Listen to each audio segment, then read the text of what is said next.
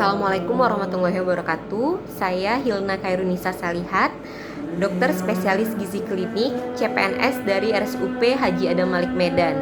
Saya ingin menceritakan pengalaman belajar saya hari ini, tanggal 4 Mei 2021 secara distance learning, dimulai dari absen pukul 7 pagi tadi, kemudian dilanjutkan dengan mengerjakan tugas-tugas.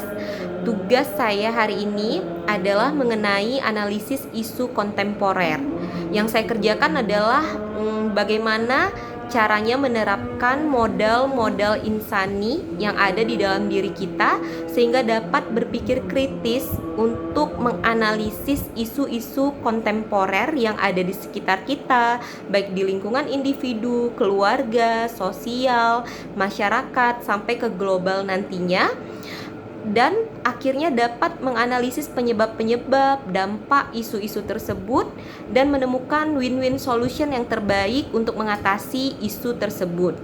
Jadi dimulai dari modal insani kita. Modalnya adalah modal intelektual, yaitu bagaimana kita senantiasa memiliki rasa curious supaya kita ingin tahu tentang bagaimana sih cara menyelesaikan sesuatu. Jadi harus dilandasi dengan long life learning. Kemudian juga modalnya adalah modal emosional. Kita harus kenal dulu diri sendiri, lingkungan kita, lingkungan sosial kita, dan juga modal ketabahan.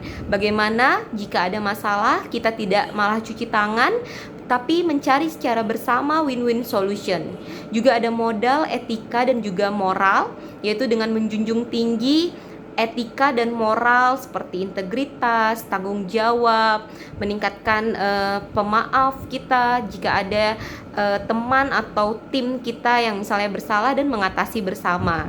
Juga modal yang paling utama adalah kesehatan kita pribadi, yaitu kesehatan fisik dan juga jasmani. Jadi kita harus senantiasa menjaga tubuh kita tetap sehat dengan makan makanan yang sehat, meningkatkan aktivitas fisik sehingga menjaga kebugaran, kesehatan mental, manajemen stres yang baik, dan tidur yang berkualitas. Kemudian dengan modal tersebut kita dapat menganalisis isu yang saya angkat yang ada dalam organisasi saya. Saya kebetulan bidang gizi, adanya di instalasi gizi, dan bagaimana memanajemen malnutrisi rumah sakit. Dari 5 isu tentang masalah screening gizi, bagaimana penentuan status gizi, kemudian bagaimana pemeriksaan laboratorium untuk menentukan status gizi, dan nanti setelah tegak diagnosis gizi, bagaimana obat atau makanan dalam bentuk makronutrien maupun mikronutrien dapat sesuai dengan apa yang dipreskripsikan. Nah, dari beberapa isu tersebut saya sudah melakukan teknik APKL, yaitu aktual, problematik, halayak, dan layak, sehingga saya simpulkan kelima isu tersebut adalah layak. Kemudian saya validasi yang mana sih yang paling urgensi, yang paling serius, dan yang paling cepat pertumbuhannya. Dari analisis USG itu saya menentukan prioritas pertama adalah masa mulainya dari tata laksana gizi tersebut, yaitu masalah screening.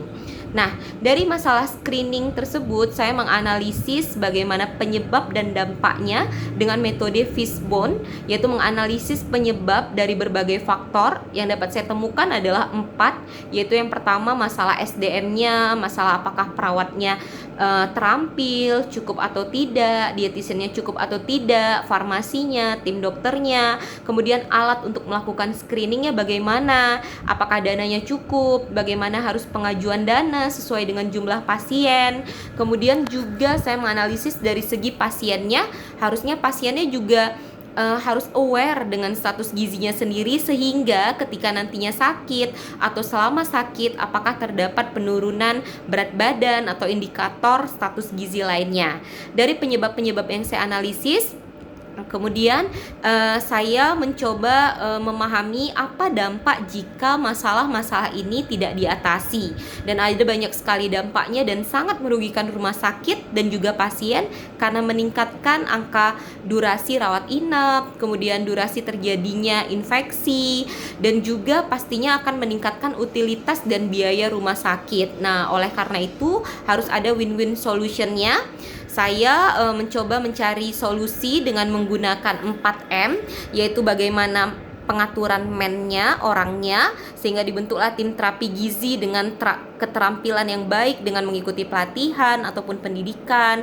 Metodenya juga harus dicari yang paling efektif, efisien, murah, cepat, dan juga materialnya. Nah, untuk material ini kita harus bekerja sama dengan secara terintegrasi dengan sistem yang lain, misalnya asesmen awal pasien dan juga mesinnya. SOP-nya juga harus jelas. Jadi dari 4M ini, maka jika masalah ini dapat dilakukan solusinya, akan menurunkan angka malnutrisi dari rumah sakit dan pastinya sangat baik.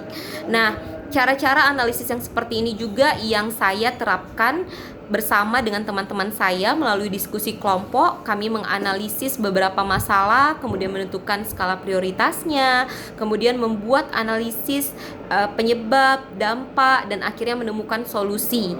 Dalam proses pembelajaran ini senang sekali kekompakan juga menjadi terjaga, saling mengenal, dan juga mendapatkan input-input yang sangat baik, insight-insight yang baik dari teman-teman. Kemudian saya akhiri hari ini dengan absen di pukul 3. Itu saja dari saya. Terima kasih. Wassalamualaikum warahmatullahi wabarakatuh.